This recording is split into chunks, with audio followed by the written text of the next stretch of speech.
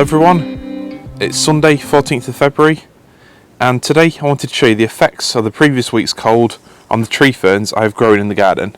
So these are all Dicksonia Antarctica, which is the hardiest tree fern, and as you can see at the minute a lot of the fronds are browned off, some are really crispy and others in sort of more sheltered locations, they're not too bad.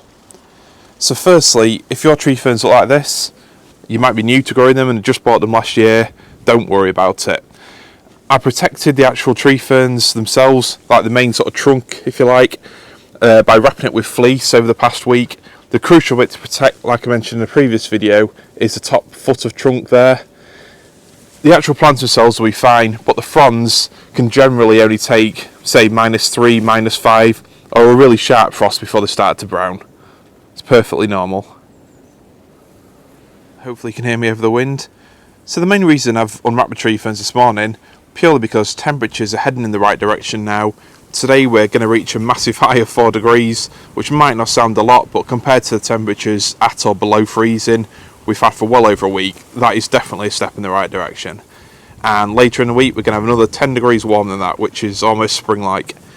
So it's important, with the trunks being wrapped up for a week or so, to give them that air circulation. And also probably the biggest factor is simply the freezing dries them out. If you look at the ground, even though we had a lot of rain the week before this, it's still really dry now just because it's frozen solid. So everything, including the actual trunks of the tree ferns, will appreciate a good bit more moisture. Obviously I keep my fleece just to one side in case I do need wrapping again, but fingers crossed they don't. If you're new to growing tree ferns, or maybe you got your first one this past year, then you might not realise that what a lot of people, including myself, call the trunk is actually made up of old frond bases, rhizome, roots, and that's why it's important to protect it and also keep it damp, especially during winter.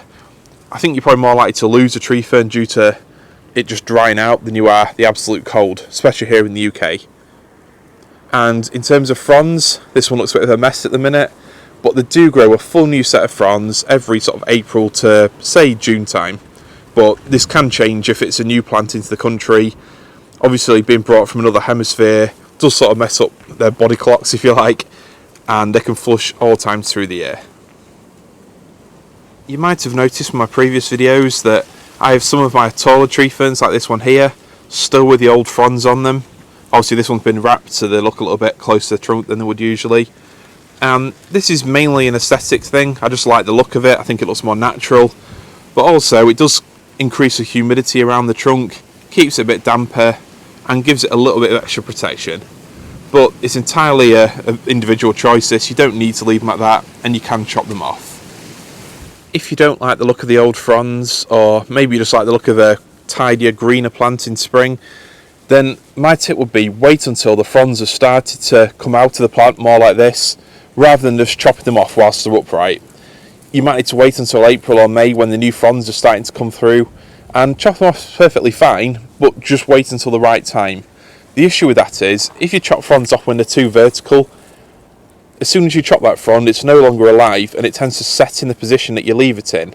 So unlike the natural fronds like these, where gravity has pulled them down, and those are actually opening the crown of the plant up, giving more room for the new fronds, if you chop them back like this one here, which the wind snapped off, they tend to stick in that position there, and over time that actually restricts the size of the crown, meaning the plant's got less room to produce new big fronds, and eventually it could go into decline.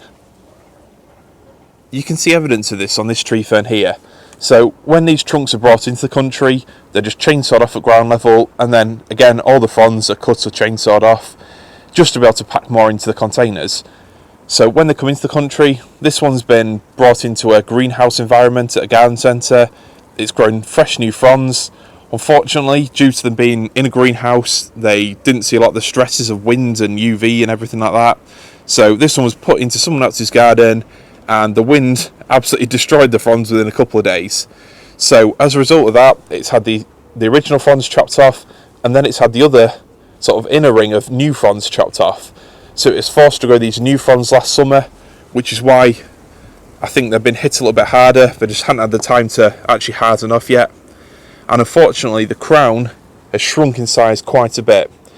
It's not something that the plant can necessarily not come back from. I hope it will, but I'm just pointing out an example. If you actually cut the fronds off on purpose, then potentially you can have a smaller crown, which means a less impressive plant, and ultimately it can lead to it slowly closing up.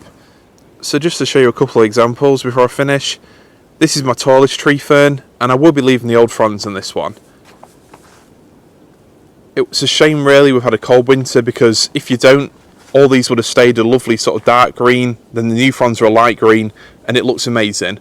But that's out of our hands, so it is what it is. These will gradually fold over and the new ones will come out. Some people do chop the old ones off, again around April, May time, purely so the wind doesn't bash them into the new fronds and snap those off as well. But again, that's a personal decision. It depends on your location, how sheltered you are, everything like that. These are some of my smaller tree ferns, and whilst I do like the look of the old fronds on the taller specimens, on these I think it does look a bit messy. So I will be chopping the old fronds off in these over the next few months, but I will be waiting until the new ones have started to come out before I chop them off, just to stop that crown narrowing. If you're new to growing these amazing plants, then hopefully this video has been a bit of reassurance that it's perfectly normal for them to look like this, and unfortunately it's a reality of growing a plant that lives in forests on the other side of the world, in our country, with snow, ice and whatever the winter wants to throw at it. They are very tough plants. It's perfectly normal for them to look a bit like this, but by late spring, when they've got the new fronds coming out, you'll forget all about winter and they'll look amazing and a zingy green colour. If you are going to chop the old fronds off, my advice would be just wait a few more months. You're not going out in your garden anyway, so it doesn't matter if they look a bit untidy, and long term the plant will thank you for it. Bring on spring.